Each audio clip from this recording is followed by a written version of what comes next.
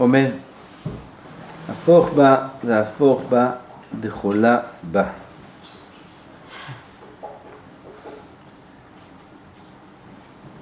בן בגבג אומר, הפוך בה, c'est quoi הפוך בה?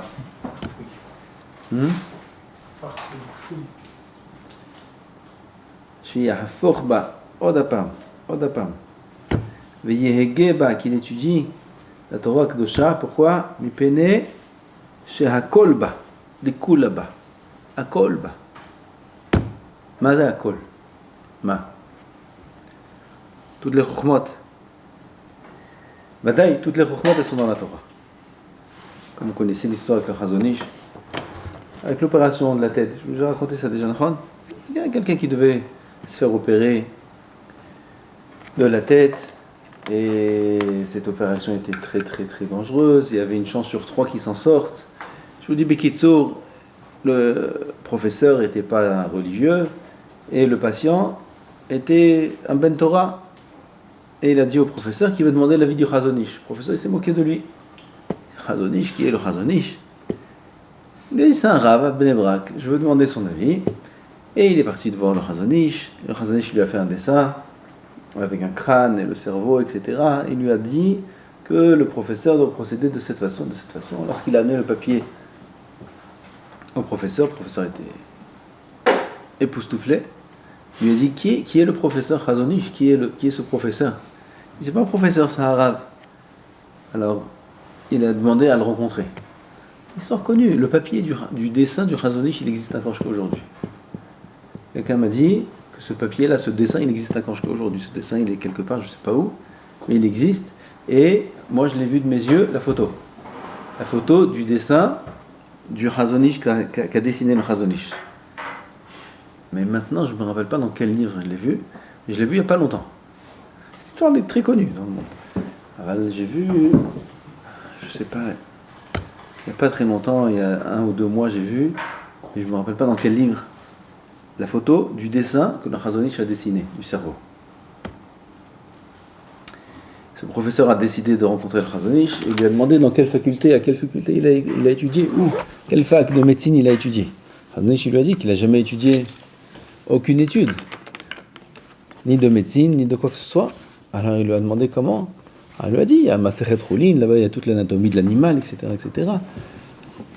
Et même la chokhma de la chirurgie du cerveau, akol ba, aforba va aforba, et kolaba, akol ba.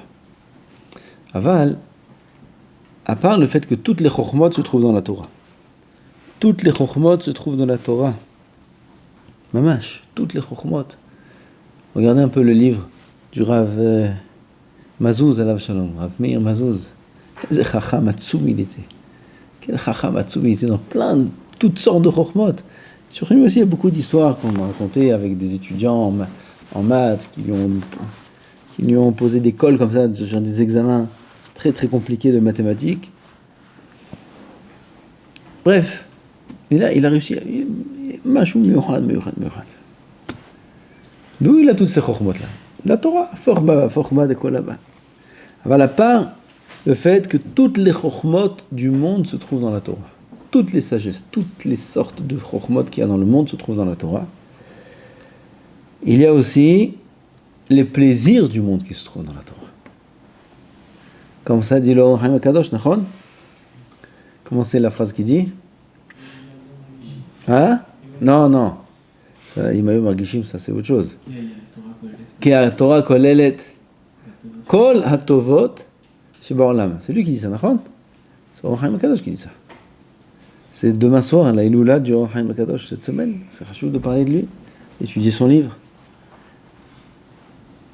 Ki ha-Torah kolelet, ça aussi ils ont fait une chanson. Ki ha-Torah kolelet kol ha-tovot shebaolam. Pas que les chokhmot, les tovot. Kol ha-tovot shebaolam. Qu'est-ce que tu aimes? Moi, j'aime faire du ski. Et l'autre, je vais faire du ski nautique. Et l'autre, je vais faire ça. Et l'autre, il aime ça. Et l'autre, il aime... Qu'est-ce que tu aimes? Il aime rien. Et celui-là, il aime ça. Celui-là, il aime ça. Chacun, il aime autre chose. Il aime manger. Il aime dormir. Même le plaisir de dormir, tous les plaisirs se trouve dans la Torah. Ka Torah kolelet kol atovot shebaolam. Tout ce que tu appelles tov, tout ce qui se définit par tov, bon, bien, plaisir, tout se trouve dans la Torah. A Torah kolelet kol atovot shebaolam. Si seulement on se donnait la peine de goûter au tovot que comporte la Torah, alors on n'aurait rien eu besoin dans le monde. On serait attiré par quoi que ce soit. Le Ohr HaChaim lui-même le dit, à plusieurs reprises, que si un homme, il a goûté au plaisir de la Torah, tous les plaisirs du monde, non seulement il n'en est pas intéressé, mais ils sont répugnants, dégoûtants à ses yeux. Tous les plaisirs du monde. Comme l'avdil, tu manges quand on a faim, tu manges un houmous, du pain avec du houmous. C'est bien, c'est bon, quand on a faim, c'est bon, du pain avec du houmous, c'est bon. T'aimes le houmous, y ou pas? Non, cottage, même pas rien. Qu'est-ce que t'aimes? C'est ce que j'ai dit depuis le début, t'aimes rien. Je me suis pas trompé.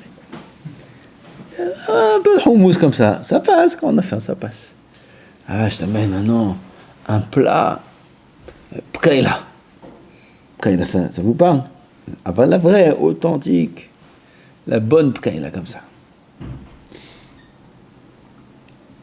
Avec l'odeur qui monte dans les narines de la pkaïla.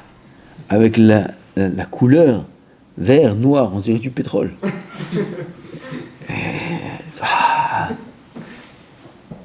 Mais avant ça, je t'amène la petite assiette de houmous avec le pain. Pourquoi tu me gâches la vue? Tu me gâches le paysage avec ton assiette de houmous là. Qu'est-ce que tu me gâches le paysage? Enlève-moi ça d'ici. Ah ben si, avec ça, hier pourtant, t'avais très faim. Et il y avait ce petit assiette de houmous avec un peu d'huile d'olive, avec un pain comme ça, chaud. J'aime bien. T'étais content, d'accord? D'accord, c'est bon. Mais quand tu m'amènes une pkaïla comme ça, qu'est-ce que tu m'amènes? Je peux même pas le voir, le houmous. Avdil, la Torah, avec les autres plaisirs, comme ça, il dit Ohr HaChaim Kadosh. C'est la même chose. Nous, on aime les plaisirs, on aime ça, on aime la plage, on aime ci, on aime ça, on aime manger, chacun il aime son petit truc.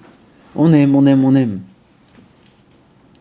Mais si seulement on avait goûté au plat incroyable qu'est la Torah, alors tous les plaisirs du monde, jette-moi ça d'ici. Qu'est-ce que tu me proposes? Quelle plage, ma pitom. Qu'est-ce que tu me proposes? Les meilleurs plats du monde, ma pitom. Tellement que le goût de la Torah est bon. Seulement, on ne se donne pas trop la peine de la goûter. Et c'est ça le problème. C'est pour ça qu'on est encore attiré par d'autres plaisirs. Il y a ça qui nous intéresse, il y a ça qui nous intéresse, il y a ça qui nous intéresse, il y en a ça qui est intéressé par les ordinateurs, c'est fini ça, non? Programmes, tout ça. C'est fini. Ah, ils sont des fous. Il y en a, c'est des fous de jeux, des jeux vidéo. Il y en a, ils aiment leur téléphone. Regardez ce qu'il y a dans le monde. Les gens, ils sont avec leur téléphone. Ils sont avec leur téléphone, partout. Bientôt, ils vont enlever les poteaux des trottoirs. Parce que ça devient dangereux. Les gens, ils sont trop dans le téléphone. Ils ratent leur station de bus, leurs arrêts du train, ils font le tour du monde avec le train. Ils sont dedans. Ils sont dans les restaurants.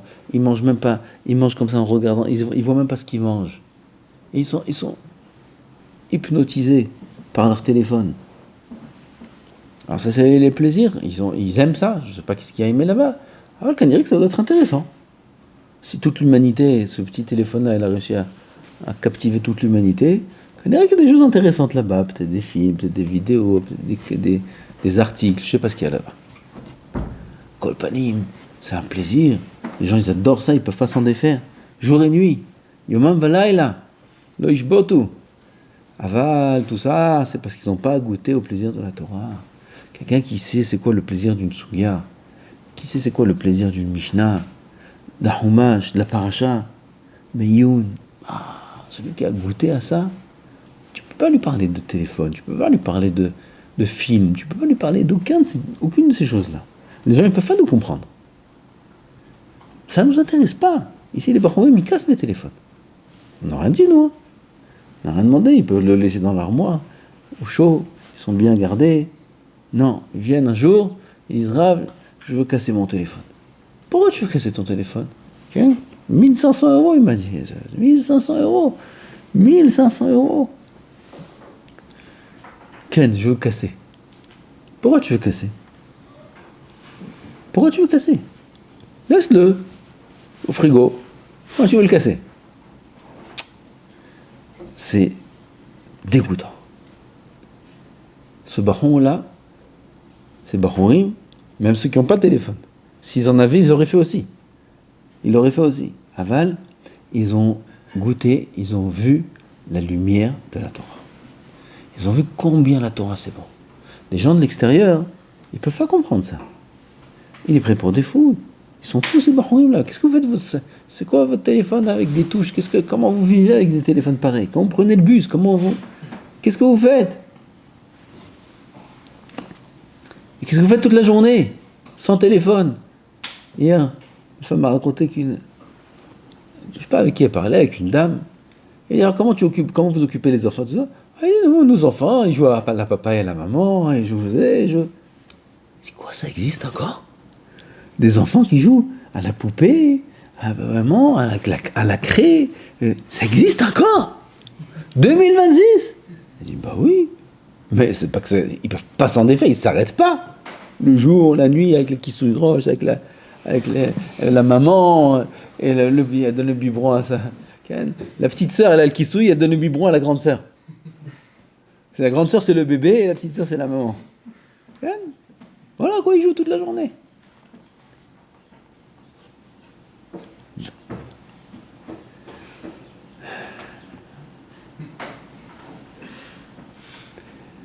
À Botaï, les gens, ils savent pas, ils comprennent pas. Ils comprennent pas combien c'est beau la vie dans la Torah. Combien c'est beau. L'œil extérieur, il voit les Bahoi Yeshivot, les Avachim, comme des gens qui se privent, qui sont Nézirim, je sais pas comment dire en français, Nézirim, comme des gens qui se privent du monde, qui se privent de la vie, qui se privent des plaisirs. Celui qui se laisse aller dans les plaisirs, il se prive des plaisirs. Parce que celui qui a goûté à la lumière de la Torah, à la Kedusha de la Torah, il veut pas de son téléphone, de lui-même. Alors qu'il l'utilise pas, ça fait 1 an qu'il l'utilise pas. Il est dans l'armoire son téléphone, il n'utilise pas ni les Shabbatot, ni rien du tout. Il vient un beau jour, je veux casser le téléphone. Pourquoi tu veux le casser? Je dis parce que j'ai goûté à la lumière de la Torah. Il dit pas ça, mais c'est ce qu'il ressent sans le savoir. J'ai goûté à la vérité. Ces téléphones-là, ces médias, tout le monde, toute la terre, c'est sheker. C'est du mensonge. Toute la terre, c'est du mensonge. Et même si c'est la majorité. Et alors, Avraham Avinu, il était seul contre toute l'humanité. Et c'est lui qui avait raison. La majorité ne l'emporte pas dans ce cas-là. La majorité, c'est pas la vérité. Et tout ce monde-là, c'est un monde faux. Tous les plaisirs de ce monde, c'est des mondes faux. C'est des plaisirs faux. Les goïms, ils ont fait rentrer leurs plaisirs dans notre vie à nous de juifs. Ça ne nous concerne pas. On a des plaisirs qui sont beaucoup plus grands que ça. Beaucoup plus grands que ça, beaucoup plus infinis que ça. C'est le plaisir de la Torah. Alors les tzara, parfois, il vient et il réussit. Et il réussit. Voyez, avec Ish'imo, Adalot HaShahar, le malach de Esav, il s'est battu avec Yaakov. Et il a réussi aussi à le blesser. Vaïga bekafirecho. Vaïga bekafirecho. Il a touché. Oui, parfois, Esav, parfois le mal porte atteinte à Yaakov. Parfois on tombe, c'est vrai. Parfois on se fait avoir.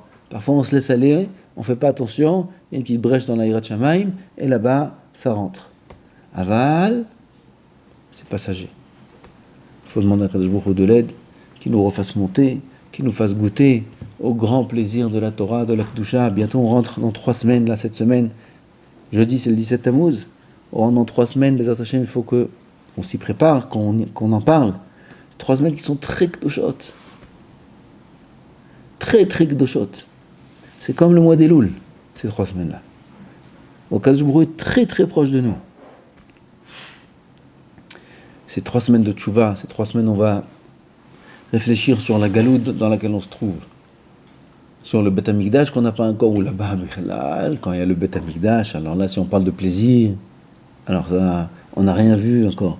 Tout celui qui n'a pas vu Simchat Bet HaShoeva l'ora Simcha Miyamav. Tout celui qui n'a pas vu le Beth Amikdash n'a pas vu un beau monument de sa vie. Comme ça, Chazal nous dit. C'est la plus belle création qu'il y a sur terre, c'est le Beth Amikdash. C'est la plus grande Simcha qu'il y a sur terre, c'est le Beth Amikdash. C'est le plus grand plaisir qu'il y a sur terre, c'est le Beth Amikdash. À Bezat Hashem, on a pour l'instant Mikdash Me'at. On a la Kedusha du Beth Amikdash concentrée, condensée dans la Torah Kedusha. La Shrina, qui est partie du Beth Amikdash à cause de nos Averot, elle n'a pas disparu de la terre. Elle s'est cachée, elle s'est voilée dans les lettres de la Torah Kedusha. La reine, celui qui frotte là-bas, qui frotte, pas qui frotte le truc d'Aladin. Comment ça s'appelle ça? La lampe. Il frotte la lampe, il frotte les lettres de la Torah. Afor bas, afor. Ça frotte, comme ça dit le Ramchal, c'est pas moi qui dis ça, c'est le Ramchal qui dit. Il frotte les lettres de la Torah, et en frottant les lettres de la Torah, qu'est-ce qui sort? Pas le zé, et là, la lumière. La lumière de la lettre de la Torah, elle sort. Mamash. Comme ça dit le Ramchal. Ça, c'est afor bas de kolaba. Afor bas. Plus on va répéter, plus on va se forcer, plus on va s'efforcer à comprendre la Torah Kedusha, et plus la lumière qui se cache dans les lettres va rayonner à nos yeux, dans notre neshama, et on verra comment tous les plaisirs de ce monde ils n'ont aucun sens. Toute la vie ou la manière de vivre des goïms, et malheureusement de Am Israël aussi, qui imite les goïms, n'a aucun sens. Qu'est-ce qu'ils cherchent? Des maisons, des voitures, ça n'a pas de sens tout ça. Comparé à la lumière et au plaisir inouï, immense, qui se cache derrière les lettres de la Torah Kedusha. Ça, c'est ce que nous dit Ben Bagbag. Ben Bagbag Omer, afor ba, tekol ba. Il continue, il dit, Uva teheze. Et dans la Torah, tu regardes, Vetir'e ha'emet, il dit Rashi. Be'en ha'sechel, voilà. C'est quoi? Uva techeze, tir'e ha'emet be'en ha'sechel. Tu verras quoi? Le emet. Quand? À partir du moment où afor ba. Si tu appliques afor ba, uva techeze, tu auras le mérite de voir le emet. Combien toute la terre c'est faux, combien c'est faux tout ce qu'il y a dans ce monde. Uva techeze, il dit Rashi HaKadosh, רוצה לומר, האמת, פירוש ותראה האמת בעין השכל. וסיב ובלבה. וסיב, vieillit, ובלבה, et passe ton temps dedans. יתעסק בה עד דקנאי די רש"י. גם אז לא תסור ממנה לזולתה. ומינה לא תזוע. d'elle, de la Torah הקדושה, ne bouge pas. שאין לך מידה טובה המנה. אין לך מידה טובה המנה. Il n'y a pas une chose au monde meilleure qu'elle. Il n'y a rien au monde meilleur que la Torah Kedusha. Shem Yizalkenu, Behemet, qu'on puisse avoir le goût de la Torah, de la Kedusha. La Torah, c'est pas que le limoud de la Torah, c'est la proximité avec Hashem Yitbarach. La Kedusha qu'il y a dans cette proximité-là. C'est la Kedusha qui est dans les mitzvot, de goûter à la Kedusha et à la Simcha qui est dans les mitzvot. Kadosh Baruch Hu, qu'on puisse goûter à cette Kedusha. Amen, Ken Yiratzon. Baruch Adonai Le'olam.